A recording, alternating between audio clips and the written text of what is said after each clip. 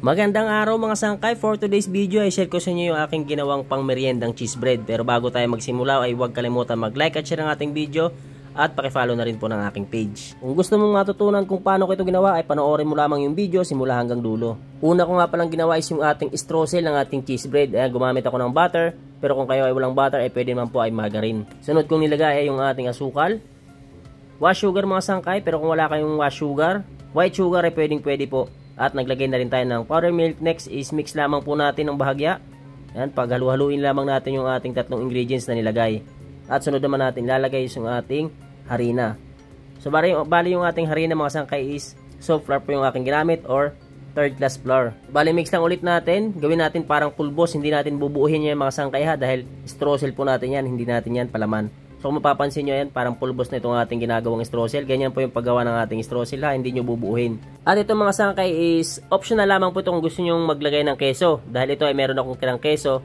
So bali isinama ko na rin para mas lasang lasa yung cheese sa ating gagawing cheese bread. At mix lang ulit natin para mahalo natin ng maayos yung ating keso. So bali kung sakaling gagawin nyo itong ating recipe ay wag nyo pong kakalimutan i-double check yung bawat ingredients na inyong lalagay. Nang sa ganun may iwasan natin yung pagkakamali. Sayang po yung mga ingredients kung sakaling tayo magkakamali. Next step natin is gagawa na tayo ng ating dough para sa ating cheese bread. Ayan, asukal, naglagay tayo ng vanilla. And then maglagay tayo ng isang itlog. Sunod ilalagay natin yung ating asin. So bali inuulit ko mga sangkay yung sukat ng mga ingredients, double check nyo po bago nyo ilagay.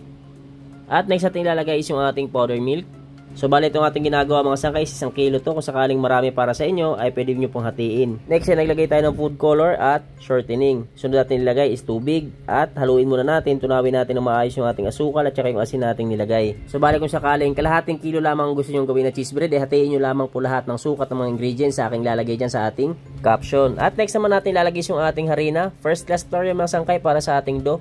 At naglagay na rin tayo ng pampaalsa. Huwag nyo kakalimutan ng pampaalsa dahil hindi lalaki yung ating tinapay kapag wala tayong yeast na nilagay. Next step natin is haluin lang natin, buhin lamang natin itong ating minamasa.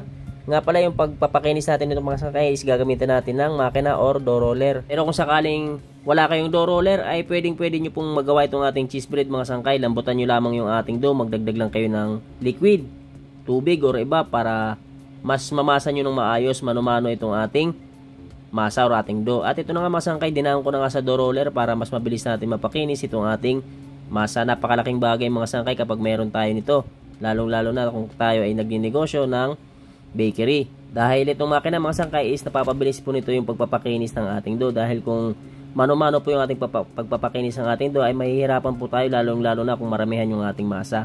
At pagkatapos natin mamakina mga sangkay, ito na nga yung ating masa or ating dough. Sa ating lamesa is pinahiran lang natin ng konting shortening yung ating masa para kung sakaling ikakat na natin gaya niyan is hindi po magdidikit-dikit itong ating masa dahil meron po siyang nakapahid na shortening. So bali dahil pang merienda lamang ito aking ginagawa ay hindi ko na po itinimbang mga sangkay. Tansya-tansya na lamang po yung laki nitong aking pagputol or pagkat nitong ating masa. Sa hindi pa po nakapag-follow sa aking page ay huwag kalimutan po mag-like at share itong ating video kung sakaling nagustuhan mo at i-follow mo na rin po itong aking page. Maraming salamat po at pasyalan nyo na rin po yung aking YouTube channel, Marchel TV din po, dahil marami na ang naka-upload na recipe about baking. Sigurado po kung makakatulong yun sa inyo. At pagkatapos natin maikat itong ating dough ay ito nga, inahanda na natin yung ating palaman na cheese.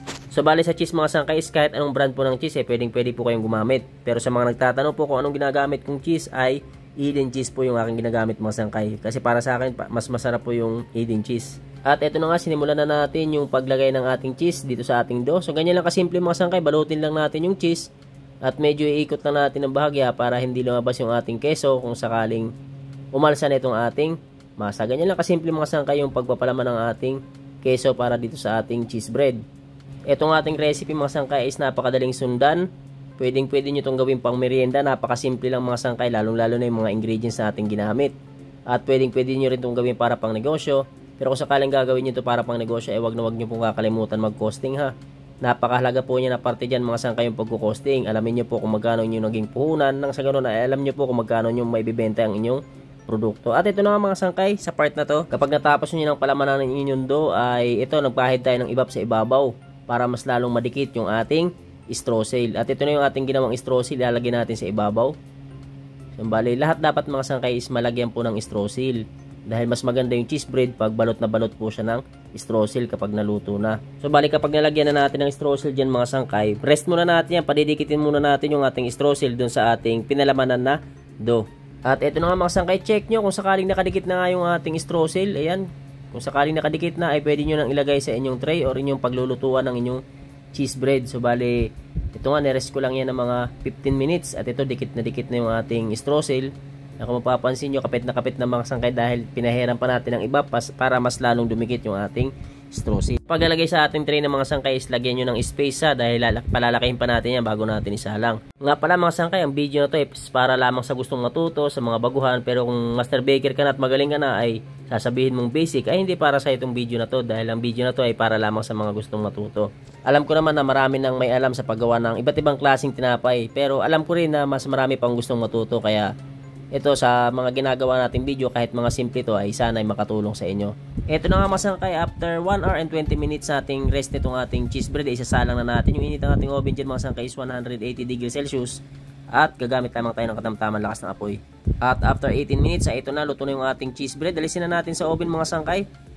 So ayan, bali ito yung itsura ng ating cheese bread na pang merienda. So ayun mga sangkay, sana makatulong itong ating video. Huwag kalimutan mag-like at share ang ating video ha. At pakisuportahan na rin po ng aking channel. Maraming salamat sa panonood. See you on my next video.